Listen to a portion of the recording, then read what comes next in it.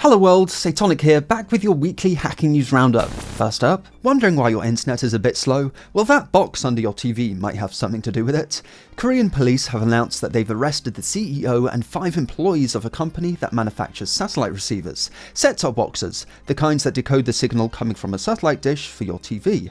The Korean company is accused of including a hidden undocumented feature, a DDoSing function that turned hundreds of thousands of end users into unknowing participants in a botnet. Now, it's not unheard of for manufacturers of particularly cheap electronics to load their products with malware, but in this case, it wasn't really the manufacturer's idea. There's another player in this story, a broadcaster that was buying these set-top boxes from the Korean company. The broadcaster was apparently under DDoS attacks from a competitor, and their solution was to message their manufacturer, specifically asking for a DDoS function of their own to be added to their set-top boxes so they could launch a counterattack. This message was sent in 2018, and the following year, the manufacturer allegedly started shipping the infected boxes, and they've been doing so ever since. Over the course of the past 5 years, the broadcaster bought 240,000 of these things, 98,000 of which had this DDoS functionality baked in, with the rest receiving the feature through a firmware update.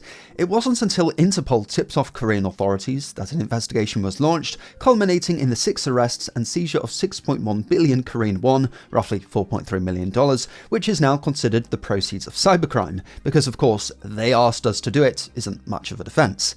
Korean police didn't publish the name of the broadcaster who wanted this functionality baked in. All we know about them is that they're a company foreign to Korea, which are now the subject of their own international investigation. And whilst the Korean press release specifically refers to satellite receivers, reading between the lines here, I get the feeling these might actually be illicit streaming devices, which would make sense. Illegal IPTV streaming is a notoriously cutthroat business, which would better explain why they were being DDoSed by a competitor. Next up, what you're looking at here is a custom Google Pixel phone running Matrix, a messaging service that costs as much as $280 per month and available on an invitation-only basis. Who would pay such an extreme price for what looks like a reskinned Telegram client that can't do much more than send and receive messages? Organised criminal gangs. Not cyber criminals, they're way too smart for this, rather we're talking drugs traffickers, money launderers and arms dealers. Conventional criminals who were sold on the dream that Matrix would keep all their nefarious activities encrypted and hidden from law enforcement. And it did, until now, as the service has just been taken out by Dutch and French authorities. Dutch police say they initially discovered the service whilst they were investigating the murder of a journalist who was shot to death in 2021. In the shooter's getaway car, they found a phone running Matrix, which sparked a 3-year-long investigation. In that time, police identified more than 40 servers running Matrix infrastructure and say using innovative technology they were able to intercept messages and monitor its users, though they don't say what innovative technology made that possible. 2.3 million messages were intercepted from Matrix's 8,000 users, each of which was paying a subscription of between 1,300 and 1,600 euros every 6 months, meaning this janky, insecure messaging app was making its operator as much as 25 million euros per year. But Matrix's alleged owner won't have much chance to spend that, because a 52-year-old Lithuanian guy suspected of running the service has just been arrested. Law enforcement haven't really given us much technical detail on Matrix and how it was taken down, but we do know that users had to buy a custom Pixel phone with the service preloaded, meaning you couldn't just install it on your own device. Police say Matrix offered an entire ecosystem of applications, including the ability to make video calls, keep track of transactions, and use the internet anonymously. But despite the service having 8,000 users, strangely there haven't been many arrests. There were 2 arrests in Spain and 1 in the Netherlands, some houses were searched and a bunch of cash, cryptocurrency and cars were seized, but nothing on the scale of the takedown of previous criminal messaging apps. Take EncroChat for example. After it was dismantled by the feds, there were over 6,000 arrests and almost €1 billion was seized. Europol has said they aren't ruling out further arrests, but typically when criminal messaging apps are taken out, the feds organise a bunch of raids to be carried out simultaneously, so the criminals using the service don't have any warning and aren't able to destroy evidence. So it is a little surprising that we haven't seen anything like that here. As is tradition, European police put together a fancy splash page for what they're calling Operation Passionflower, but I should point out that we're talking about Matrix, not Matrix. This, unfortunately named messaging app, is totally legit, and just so happens to have the same name as the one that was taken out by the feds. They even put out a blog post to clear up any confusion. Next up, one of the world's most wanted cybercriminals has just been arrested in Russia. Mikhail Pavlovich Matveev, better known as Wazawaka, is alleged to have been an affiliate of some of the most notorious ransomware gangs out there.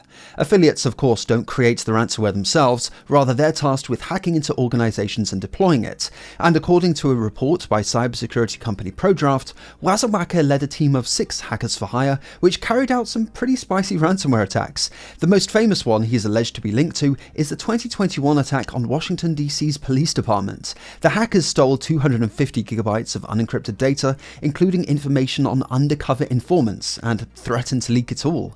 But the most notable, and dare I say amusing thing about Wazawaka is his total disrespect of US law enforcement.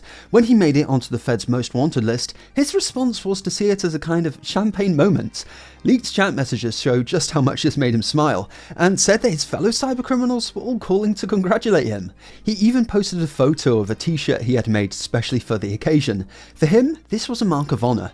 The guy did not expect to ever have any law enforcement trouble, because of course the unwritten rule amongst Russian cybercriminals is that so long as they don't attack anything within Russia or its allies, they're free to do as they please. And so Wazawaka thought he was untouchable. So much so that OPSEC, I'm pretty sure, wasn't even a word in his vocabulary.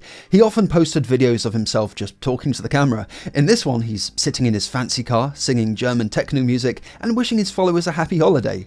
He famously said in 2021, "Don't crap where you live, travel local and don't go abroad. Mother Russia will help you. Love your country and you will always get away with everything." But a couple days ago, in a move that really surprised everyone, Russian state media announced that he had been arrested and is due to face trial. He's essentially charged with the creation of malware, but to be clear, there's no evidence this has anything to do with US law enforcement, and the chances of him being extradited to the US are basically zero. So why Russian law enforcement have only decided to charge him now is a bit of a mystery. It's not like the guy made it difficult for police to find him. There are a lot of theories floating around on this, but at this point, it's all total speculation. For our last story, we have a textbook example of how not to do cybercrime. Charles O. Parks III has been charged with operating a large-scale cryptojacking operation. His method? Create numerous accounts with cloud computing providers, convince them to give him a bunch of free credits, and then use those credits to mine crypto and make a bunch of money. What could go wrong? Well, turns out quite a bit could go wrong. Court documents don't say which cloud computing providers he used, but they mention one is based in Seattle and the other in Washington, which perfectly lines up with Amazon and Microsoft. With the first cloud computing provider, referred to as Subsidiary 1, he registered 5 accounts using a variety of different names, email addresses, and corporate affiliations to try and cover his tracks.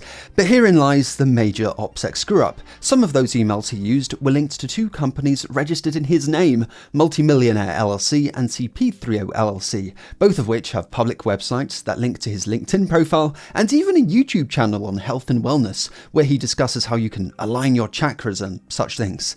Usually OPSEC screw-ups are buried somewhere, you have to really look for them, but Charles made it obvious and was doomed to fail right from day one.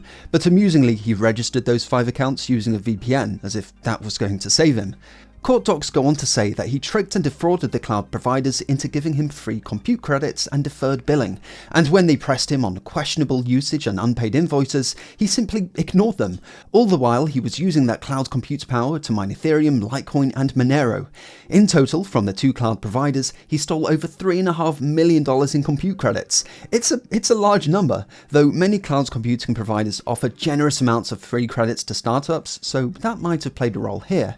However, it's not a very efficient way to mine crypto, so despite using millions of dollars in credits, he barely made $1 million in actual crypto. When it comes to his money laundering scheme, court docs don't provide much detail, though after he'd washed his crypto and deposited it into exchanges, he faced a problem. In the US, crypto exchanges are required by law to report transactions of over $10,000 to the Fed, so he used the oldest trick in the book and made numerous withdrawals of $9,999. It's called structuring, when you split a large amount of money into smaller amounts, and I'm guessing if you're trying to get your account flagged, this is a pretty good way to do it. In the last couple of days, the guy pled guilty to his cryptojacking scheme and now faces a maximum sentence of 20 years in prison. As always, thanks for watching and I'll see you in the next video. Have a good one.